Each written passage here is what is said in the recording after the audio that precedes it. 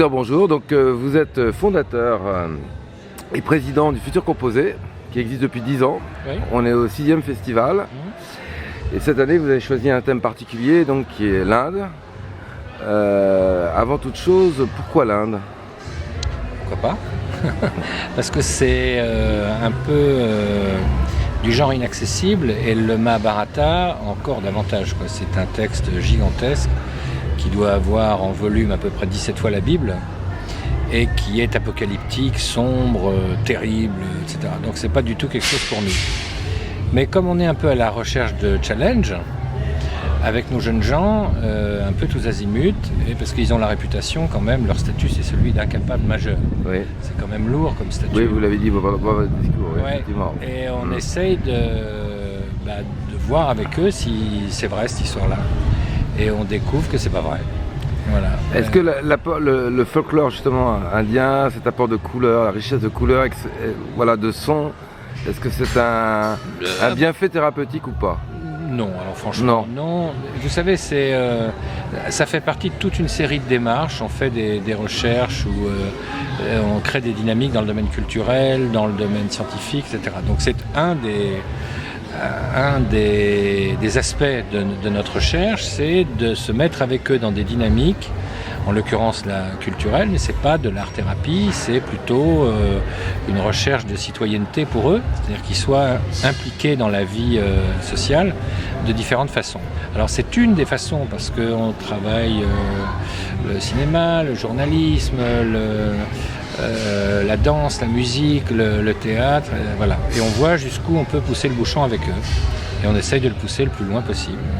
Je suis allé dans le monde entier avec eux, faire des spectacles, etc. Bon, on en profite autant qu'eux, parce que ça nous permet, ça c'est un aspect très important, le partage, c'est-à-dire se retrouver, avoir des intérêts réels ensemble, avec des personnes qui sont censées ne rien pouvoir faire du tout, qui ne sont pas allées à l'école, qui pour certains ne parlent pas, qui pour d'autres parlent en principe à côté, etc. Bon, on se rend compte qu'on peut néanmoins créer des dynamiques avec eux qui sont intéressantes. Comme vous êtes là, je suppose qu'elles sont intéressantes, puisque vous y intéressez. Justement, vous avez dit eux, alors eux c'est quoi? C'est un handicap, c'est l'autisme, c'est quoi en fait? L'autisme, on est toujours partagé. Ça a été considéré comme une maladie au cours de ces 50 dernières années, et c'est pas un concept très ancien, et puis c'est depuis quelques années considéré comme un handicap, une maladie suscitant un handicap. Les députés se sont mis d'accord, d'ailleurs il y a un vote, c'est très rare que l'Assemblée nationale soit unanime. Bon, généralement quand on est unanime on dit des conneries, mais je sais pas si là c'est une bêtise, mais en tout cas ça tient compte de la perception actuelle de l'autisme, qui est d'ailleurs aujourd'hui beaucoup plus considéré comme un handicap, c'est un trouble envahissant du développement, que comme une maladie. Alors est-ce qu'on a plus d'informations là-dessus, d'origine? On en a fort peu. Par exemple, nous on fait de la recherche génétique avec le professeur Munich, Necker. On ne s'attendait pas à trouver effectivement autant de maladies que nous, psychiatres spécialisés dans ce domaine, ne connaissions pas. On n'en connaissait même pas le nom. Et en fait, les généticiens nous ont appris beaucoup de choses. Mais eux aussi, apparemment, ont appris des choses sur la clinique de l'autisme.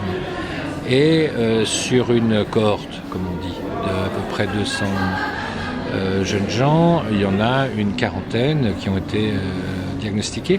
Mais on n'a pas du tout trouvé ce que les gens pensaient en général trouver dans ce domaine, c'est-à-dire un chromosome de l'autisme, comme un chromosome de l'alcoolisme, comme un chromosome de la criminalité. Ça. On a trouvé à peu près une atteinte chromosomique différente pour chaque patient qui a été diagnostiqué. Donc oui, parce que les handicaps sont à différents niveaux.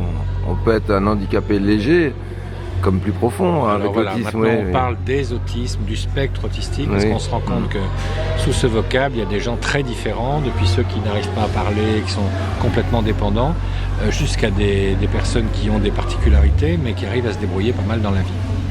Mais nous, c'est pas trop notre tasse de thé aujourd'hui, là, dans le cadre du Futur Composé, parce qu'on essaye de réunir dans leurs différences et on se met dans ces différences. Justement, dans leurs différences, voilà, de jouer dans leurs différences et les nôtres, de les réunir pour pouvoir construire des pièces de théâtre ou des spectacles. Pour pouvoir se retrouver. pouvoir se retrouver. Pouvoir partager quelque chose. Ouais. Vous savez, on est depuis très longtemps, et c'est une très bonne chose, à la recherche de la tolérance de la différence, etc. C'est un peu compassionnel, mais sans doute très utile. Nous, on est... c'est un peu autre chose. S'il y avait un slogan, ce serait plutôt tolérer la similitude, c'est-à-dire tolérons-nous d'avoir quelque chose qui, a priori, ne sommes pas autistes, tolérons d'avoir quelque chose de commun avec eux, et à partir de ces traits communs, alors même s'il y en a peu, mais il y en a plus qu'on ne croit, eh bien construisons quelque chose ensemble. Voilà. Et ça, c'est très libérateur pour eux. Et en attendant qu'on trouve des traitements qu'on n'a malheureusement pas trouvés, malgré toutes les affirmations récentes. Alors autrefois, il y avait des affirmations du côté de Bettelheim, tout est psychologique, c'est la relation entre la mère et l'enfant qui oui, ça n'est c'est plus bonne. une vieille théorie, ça, non? Oui, c'est la plus court. Alors maintenant, ce sont d'autres théories, plus organicistes, disons. Et en fait, la réalité, c'est qu'on n'a pas trouvé encore. Pour un très grand nombre de cas, la majorité des cas, on ne connaît pas la cause. Et je crois que dans ces conditions-là, il faut être humble et chercher d'une part, et d'autre part, en attendant, elles vivent ces personnes. Donc, comment on vit avec elles? Qu'est-ce qu'on leur propose? On leur propose des soins, mais on leur propose aussi une insertion qui peut... voilà, si on a des arrière-pensées, c'est plutôt d'ordre social. C'est-à-dire que tout ce qu'on fait avec eux au niveau de la peinture, toutes les rencontres, le théâtre, la musique, ce qu'on recherche surtout sont des rencontres. C'est leur mettre le pied à l'étrier en les accompagnant, en les soutenant